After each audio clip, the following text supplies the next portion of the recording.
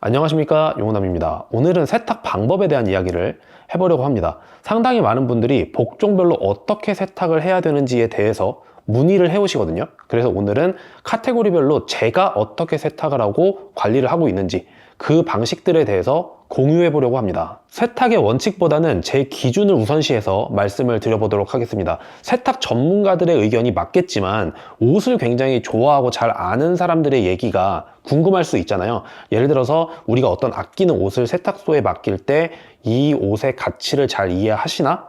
잘 세탁을 변형 없이 하실 수 있나? 라고 하는 불편한 마음이 마음 한켠에 조금은 있잖아요. 왜냐면 세탁소 사장님들 같은 경우는 이 옷의 전문가들은 아니니까, 이 브랜드와 이 옷의 가치를 잘 아시는 분들은 아닐 수 있으니까 약간의 불안한 마음을 갖고 맡기는 경우들이 있습니다. 그런 분들이 이 영상을 보시면 도움이 될 거라고 생각을 해요. 본격적으로 얘기하기에 앞서서 저의 세탁 대전제 3가지를 먼저 말씀을 드리고 시작하겠습니다. 첫 번째는 세탁을 그렇게 자주 하지 않아도 되고 드라이 클리닝할 복종은 상당히 제한적이다 입니다. 우리나라 사람들은 너무 세탁하는 걸 좋아하시는 것 같아요. 그리고 드라이 클리닝도 상당히 많이 하시죠.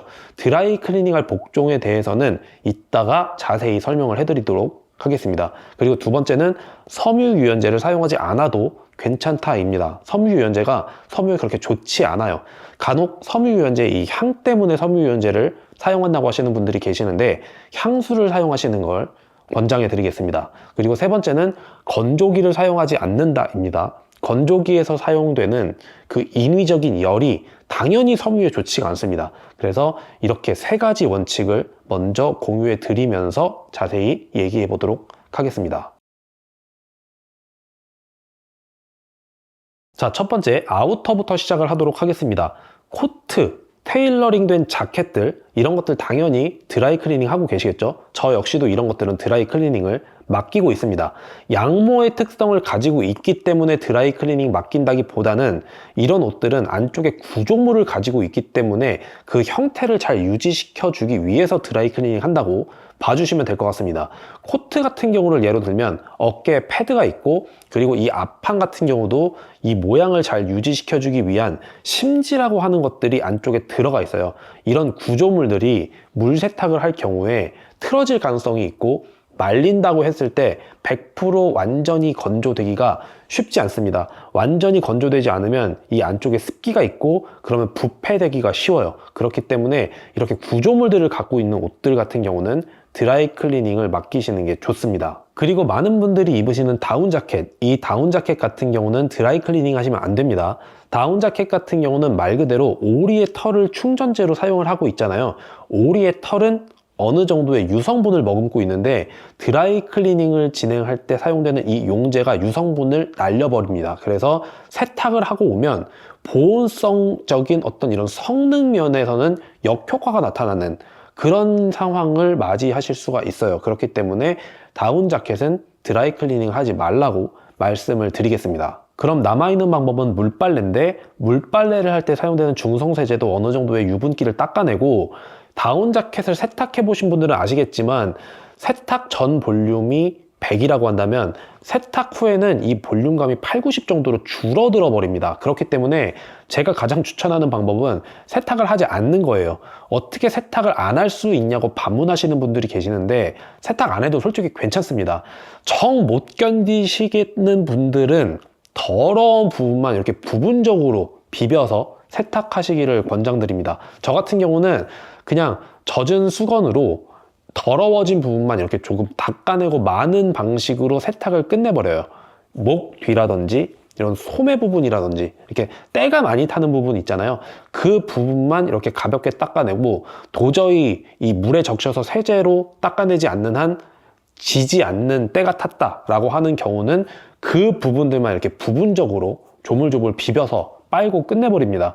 전체를 물에 담궈서 빨거나 드라이 클리닝을 하거나 하면은 앞서 말씀드린 그런 문제들이 발생을 하기 때문에 이렇게 세탁을 하라고 권해드리고 있습니다. 안 빨아도 괜찮아요. 그리고 다운이 아닌 안쪽이 솜으로 채워져 있는 패딩들 있죠. 3M 신슐레이트도 마찬가지고 우리가 흔히 말하는 솜 패딩이라고 불리는 그 폴리에스터로 차 있는 패딩 제품들은 물 세탁하셔도 괜찮습니다. 그거는 물 세탁을 그냥 하시고 잘 건조해서 완전히 바싹 마르게끔만 건조를 잘 해주신다면 그렇게 세탁을 하셔도 무리가 없습니다. 그래서 나는 어떤 이런 패디드 제품들을 꼭 세탁을 해야 되는 사람이다 라고 하시면 그냥 이 3M 신슐레이트나 폴리 패딩을 사시는 게 다운 자켓을 사시는 것보다는 더 좋을 수 있고요. 다운 자켓을 사셔야 되는데 이 세탁에 굉장히 민감하신 분들은 어두운 컬러로 구매하시기를 권장해 드리겠습니다. 그게 제일 그 세탁에 대한 스트레스로부터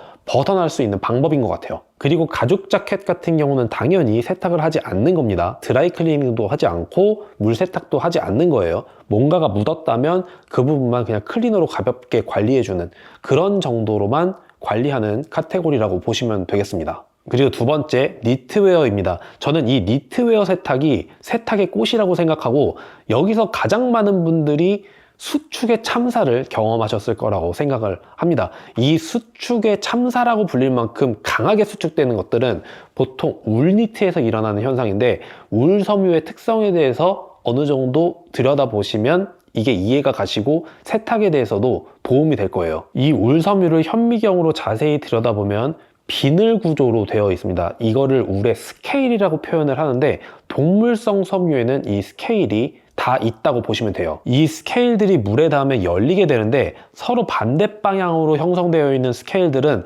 엉키고 닫히고 잠기게 됩니다. 이것들을 울의 축융, 펠팅이라고 표현을 해요. 그래서 한번 잠겨버린 이 울 섬유들은 다시 원상복구가 되지가 않습니다. 그래서 확 쪼그라들어 버린 니트들 같은 경우는 원상복귀가 되지가 않죠. 그래서 예전에 니트를 구매하셔서 그냥 뭣도 모르고 물 세탁을 하셨다가 이런 피해를 보신 분들이 상당히 많을 거라고 생각을 해요.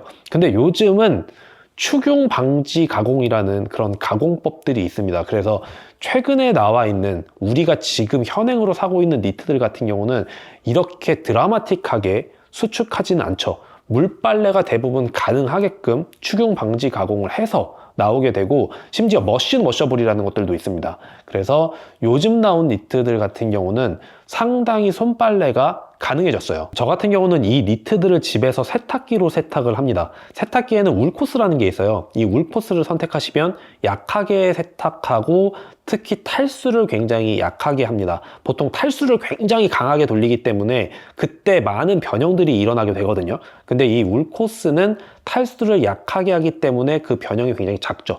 그렇기 때문에 세탁이 끝나고 니트를 꺼내보면 옷이 흠뻑 젖어 있어요. 탈수가 굉장히 약하게 되어 있기 때문에 그 상태로 건조대로 가져가서 뉘어서 자연 건조를 시킵니다. 이렇게 되면은 그렇게 니트를 집에서 물 세탁을 했더라도 큰 변형 없이 세탁하실 수가 있습니다. 당연히 울 전용 세제를 사용하셔야 되고 그럼에도 불구하고 세탁기가 못 믿어오신 분들은 대야에다가 찬물을 받아 놓고 그냥 손세탁 하시면 될 것 같습니다.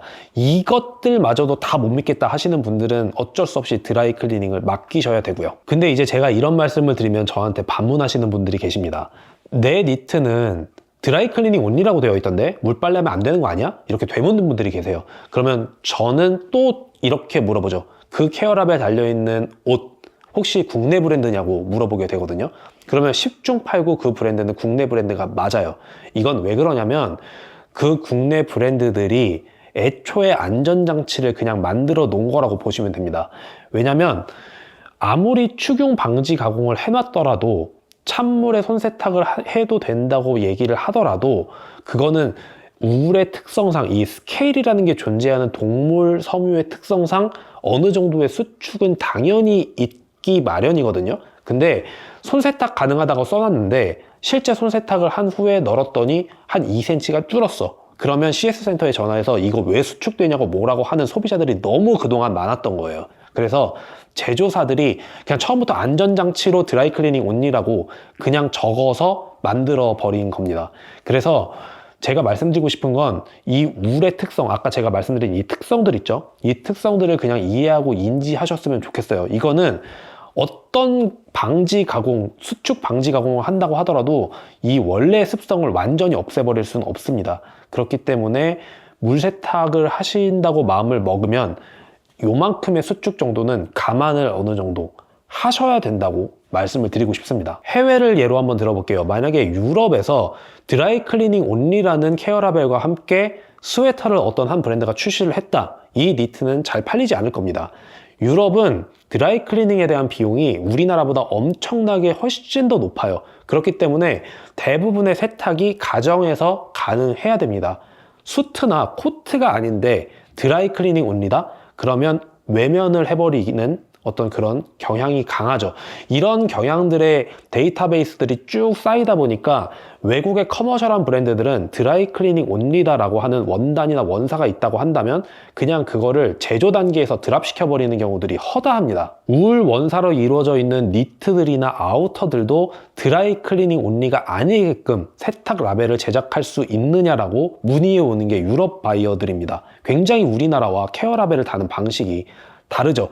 이거는 물론 그게 있습니다. 유럽 같은 경우는 패션의 산업이 굉장히 오랫동안 성숙해 왔고 대중들도 이런 울 원사에 대한 기본적인 지식들이 있기 때문에 이거는 집에서 세탁을 하더라도 수축을 할 가능성이 어느 정도는 있고 그건 그냥 이런 옷들의 특성이야 라고 받아들이는 어떤 문화의 성숙도 면에서 우리나라하고 현재 차이가 있다라고 인정하면 되는 부분이긴 하죠. 우리나라도 앞으로 이렇게 조금은 돼가긴 해야 될 겁니다. 그리고 우리나라 사람들도 이미 이 정도를 알고 있는 젊은 층들은 많기 때문에 앞으로는 조금씩 변화해 나갈 거라고 생각은 돼요. 그리고 세 번째로는 티셔츠, 폴로 셔츠 이런 것들 주로 면으로 만들어져 있는 것들이죠. 이런 것들은 다 그냥 세탁기로 돌리시면 됩니다. 뭐 별다른 설명이 필요 없겠죠. 중성 세제와 함께 그냥 세탁기로 세탁하신 후에 제가 아까 말씀드린 대로 섬유유연제를 사용하지 않고 그리고 건조기를 사용하지 않은 채로 자연 건조시키시면 그게 그냥 가장 좋은 세탁 그리고 관리법이라고 봐주시면 될 것 같습니다. 그리고 셔츠, 이 셔츠 세탁법을 물어보시는 분들이 가끔 계시는데 그냥 저 같은 경우는 물 세탁을 진행합니다. 세탁기로 돌리게 되고요. 굉장히 고가의 셔츠라고 해서 드라이 클리닝을 보내시는 게 아닙니다. 섬유의 종류로 세탁 방법을 정하시는 거예요. 면으로 이루어져 있는 것들은 그냥 물로 세탁하시는 겁니다. 그게 가장 깨끗하게 세탁이 돼요. 그래서 세탁을 하시면 되는데 그게 그런 어떤 구조물들이 있잖아요. 셔츠도 역시 이 스탠드가 있고 카라가 있고 커프스가 있고 이런 단단하게 모양을 고정해주는 그런 셔츠, 그런 드레스 셔츠를 사셨다고 한다면 물 세탁을 손으로 손빨래 하시기를 권장해 드립니다. 세탁기를 돌리게 되면 아까 말씀드린 대로 탈수의 과정에서 좀 압력이 가해질 수 있기 때문에 그런 것들이 상하는 게 좀 부담스럽다라고 하시는 분들은 그냥 손빨래 혹은 제가 아까 말씀드린 그냥 울 코스로 이런 면도 그냥 세탁을 해버리세요. 결국 탈수를 살살 해주기 때문에 옷이 상하는 걸 어느 정도 방지해 줍니다. 근데 울 코스로 돌린다고 울 전용 세제를 쓰시면 당연히 안 됩니다. 면을 세탁하실 때는 그냥 일반 중성 세제 사용하시면 돼요. 그리고 스웨셔츠와 후디, 이거 세탁하는 방법을 모르시는 분들은 없는데 물어보시는 분들의 심리를 제가 알아요. 어느 정도 고가의 스웨셔츠나 후디를 구매했기 때문에 세탁을 했다가 수축되는 게 싫어서입니다. 이 면이 수축되는 이유는 아까 말씀드린 양모가 수축되는 거랑은 조금 다른 개념이에요. 프렌치 테리를 원단 상태로 구매해 보신 분들은 아시겠지만 우리는 원단을 구매할 때 잘 펴져 있는 평평한 상태의 원단을 구매하게 됩니다. 이거는 고정폭으로 원단을 쭉 고정시켜 놓은 상태에서 열 처리로 형태를 고정시켜 놓은 그런 원단을 우리가 구매할 가능성이 높기 때문인데 아까 말씀드렸다시피 열 처리를 통해서 형태를 잡아놨다고 했잖아요. 그럼 보통 이 정도의 것을 이렇게 열 처리를 통해서 형태를 잡아놨다고 이해하시는 게 가장 좋거든요. 근데 모든 것들은 원상태로 돌아가려고 하는 형질이 있잖아요. 그렇기 때문에 수축이 일어난다고 이해하시면 됩니다. 그래서 이런 제품들을 구매할 때는 제조사에다가 처음부터 수축 가공이 어느 정도 되어 있는지를 물어보시면 좋습니다. 근데 이런 수축 가공들이라는 게 덤블이라든지 워싱이라든지 이런 것들이 있는데 이런 것들이 보통 비용이 들기 때문에 제조사들은 이런 걸 자랑하는 경우들이 많아요. 타 브랜드들에서는 수축이 굉장히 강한 것들이 판매되고 있지만 우리는 수축률이 잘 잡혀있는 좋은 제품들을 판매하고 있다는 것들을 상품 정보에 이미 고지하고 있는 경우들이 많습니다. 그래서 덤블, 워싱 이런 거는 제가 말씀 안 드려도 이미 많이들 익숙하시죠. 이런 것들을 제조사들이 미리미리 벌써 잘 말해왔기 때문에 소비자들이 잘 알고 있는 거라고 생각을 하시면 됩니다. 그런데 덤블 가공이 되었다고 하더라도 수축률이 제로인 건 아닙니다. 수축률이 제로인 거는 아예 워싱이 되어서 건조까지 된 후에 완성되어서 판매되는 제품들이에요. 보통 가먼트 다잉 되었다고 하는 것들 있잖아요. 이런 것들이 수축률이 제로에 가깝습니다. 가먼트 다잉 같은 경우는 제조 특성상 결국은 건조 작업까지 해서 판매할 수밖에 없거든요. 그렇기 때문에 그런 것들은 좀 봐가면서 어느 정도의 내 마음속에 톨러런스를 가지고 접근하시는 게 좋습니다. 스웨셔츠나 후디 당연히 집에서 물 세탁하시는 겁니다. 우리가 일상생활에서 생기는 오염들은 대부분 수용성 오염이에요. 그래서 중성세제와 함께 세탁기 돌리시면 됩니다. 그리고 대기업에서 운영하는 브랜드들도 이런 복종들에 대해서 5% 수축률을 인정해주고 있어요. 예를 들어서 70cm짜리 티셔츠다, 스웨셔츠다, 후디다 라고 할 경우 세탁 후 건조 후에 쟀을 때 67cm보다 길게 나오면 양품으로 인정해 준다는 얘기가 됩니다. 너무 가슴 아파하지 마세요. 이 스웨셔츠 프렌치 테리에 대한 특성으로 이해해 주셔야 될 것 같습니다. 잡아당겨서 늘어나면 그냥 니트고 어느 정도 수축률이 생길 수 있다라고 그냥 이해해 주시는 게 가장 정신 건강에 이롭습니다. 그리고 팬츠 얘기해 보겠습니다. 울 팬츠, 수트 팬츠처럼 우분 베이스의 팬츠들은 드라이 클리닝을 맡기시는 게 가장 좋습니다. 세탁법도 그렇고 이런 것들은 다림질이 수반되어야 하는데 가정에서 잘못 다림질을 하실 경우에는 그 울 표면이 반질반질하게 변형될 수가 있어요. 그렇기 때문에 드라이 클리닝을 맡기시는 게 좋습니다. 드라이 클리닝 맡기시면 세탁뿐만 아니라 다림질을 잘 해서 가져다 주시기 때문에 이 울 팬츠 항목에 있어서만큼은 드라이 클리닝이 굉장히 가성비 좋은 세탁법이에요. 그렇기 때문에 이런 팬츠들은 드라이 클리닝 맡기시는 걸 권장드립니다. 그리고 면 베이스의 팬츠들 있잖아요. 치노 팬츠, 퍼티그 팬츠, 그리고 반바지 같은 것들, 조거 팬츠 이런 것들은 집에서 모조리 세탁기 돌리셔서 세탁하시면 될 것 같습니다. 내가 구매한 치노 팬츠 너무 비싸서 드라이 클리닝 해야 되는 거 아니야? 이런 개념이 아니라고 아까도 말씀드렸죠. 섬유의 특성에 따라서 세탁법을 달리하는 겁니다. 그래서 이런 면들은 그냥 집에서 세탁하시기를 권장드립니다. 수용성 오염 이렇게 묻는 것들 있잖아요. 그런 것들은 드라이 클리닝으로 잘 지워지지가 않아요. 오히려 집에서 세탁하시는 게 더 잘 지워지기 때문에 안심하고 집에서 세탁하시면 되겠습니다. 그리고 주의하셔야 할 것은 이 데님인데 데님 염료는 특성상 세탁할 때마다 자꾸 탈락하죠. 그래서 다른 섬유에 이 인디고 염료를 이염시키는 특성을 가지고 있습니다. 그렇기 때문에 데님은 반드시 단독으로 세탁을 해주세요. 세탁기에 이 데님 하나만 넣고 세탁을 해주시는 게 가장 좋습니다. 당연히 드라이 클리닝 하시는 거 아니고 그냥 세탁을 하시는 겁니다. 꼭 단독으로 세탁을 해주시고 이염이 혹시나 됐을 경우에는 이 이염된 옷을 원상복귀 시키기 굉장히 어렵거든요. 세탁소에 가져가도 대부분 잘 못한다고 하세요. 그렇기 때문에 처음부터 꼭 주의하시고 이 데님은 세탁하시길 바랍니다. 혹여나 이거는 제가 경험했던 거라 공유를 해드리는데 제가 굉장히 아끼는 캐시미어 스웨터가 전 이염돼 본 적이 있거든요. 이거를 원상복귀 시켜본 적이 있습니다.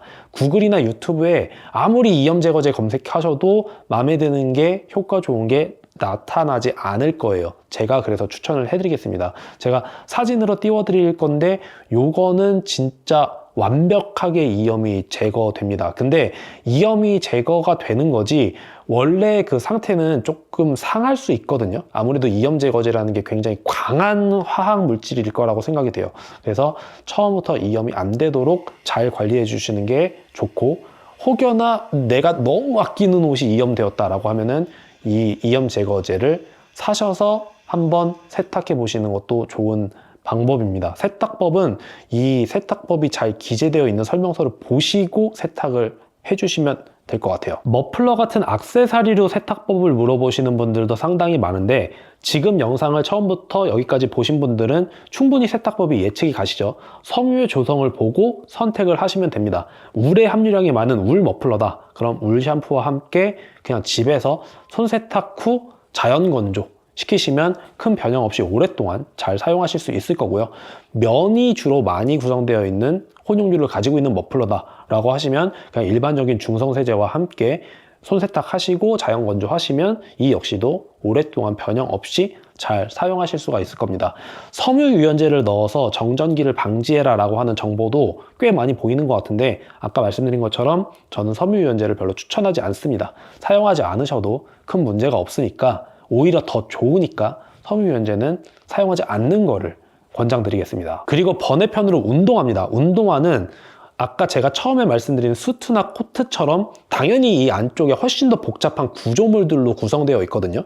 이런 것들이 물에 완전히 젖어버리면 안쪽에 있기 때문에 건조되기가 쉽지가 않습니다. 그래서 운동화는 물 속에 완전히 담가가지고 세탁하시는 게 아니에요. 그냥 표면이 더러워지면 그 표면만 젖은 수건으로 이렇게 잘 닦아내는 정도로 세탁하시고 끝내는 겁니다. 절대 물에 담가가지고 세탁하지 마세요. 안쪽에 있는 구조물들이 젖게 되고 완전 건조가 되지 않으면 이 안쪽에서 부패되고 썩어버립니다. 그래서 운동화는 세탁하지 마시고요.